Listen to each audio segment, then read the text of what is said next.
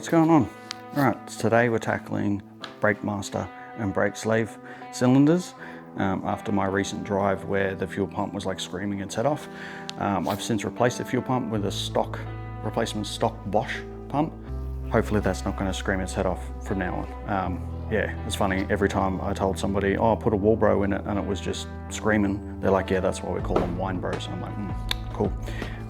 So here is the slave part number and the master part number. Now, this was $100 or so, and this was like $20. I have seen quite a few videos of guys on the page, on the Facebook page, replacing theirs as well. It's very straightforward. There's literally 4 bolts to everything. So there's 2 bolts in this, 2 bolts in this. I've already gone under and pulled out the pin, and the thingamybob, whatever you want to call it, which goes in here. I've pulled that out already, so now I just need to unbolt the bolts there. I'm going to try and suck what's left of the brake fluid out of one of these, just to stop spillage. Obviously working with brake fluid, which is highly corrosive, so you obviously don't want to get that anywhere near paint.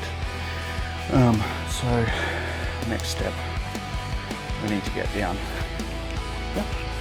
So we've got 1 bolt, which you can see there, 1 bolt there, and 1 bolt up the top there. So that's going to be fun to get to, but a few extension bars should be okay.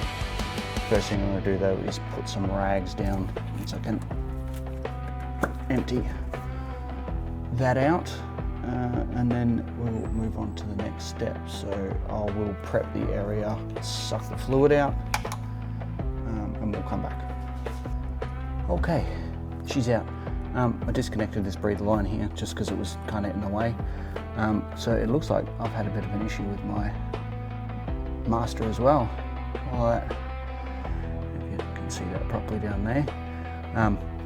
So yeah, that's what happens when you get brake fluid on paint. So it looks like my master's been leaking for a little while.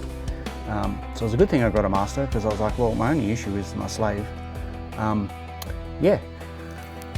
So obviously it's not much space in there. I ended up having to use one of these lovely things for this top bolt here, which was nice and easy. Getting down to the second one here was a little bit of a pain, but I ended up using the ratcheting spanner. Yeah, so that's disconnected the line. Lines down in there, just sitting there. Got the bolts over here. Yeah, so that's out.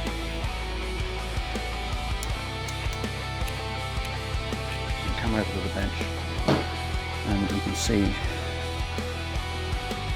Proton branded. Oh, on the leak. Yeah, it's just filthy now. You can't see it, but yeah, look at that corrosion. Yucky.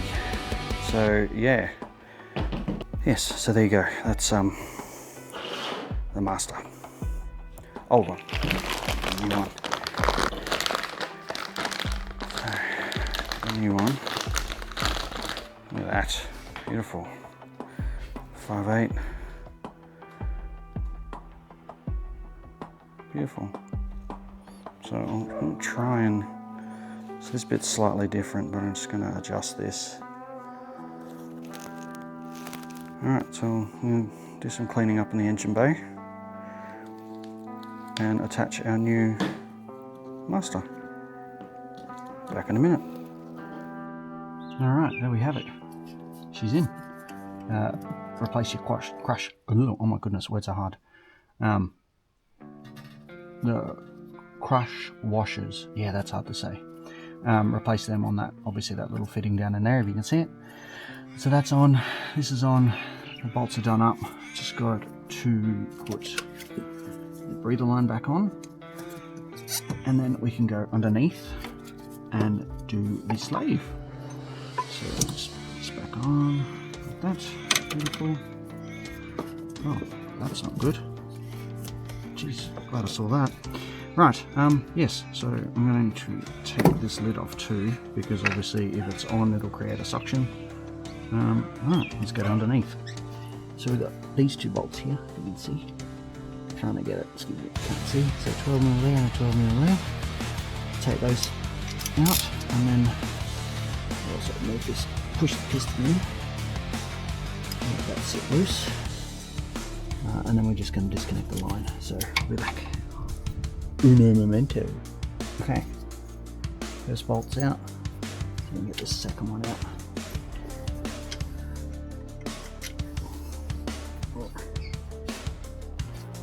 Oh, don't you just love that? Undoing something and you're like, nah, that's finger tight. Now surely that's not. There we go. Got it. I think. Got it. Yeah. There's the bolt. So push this back through here. There we go. Back on the table. So here is the slave. There's the new one. Beautiful. Yep, perfect. Okay. So I've already pulled this off, and that is nice and smooth. So I had to take that off because it doesn't come with this thing here. Slide pin, guide pin, whatever you want to call it. So I've got to get this off. Oh my goodness, that's on there, isn't it? I might have to reuse that because that doesn't want to come off. That's alright, that's fine. Yeah, so if you have a look,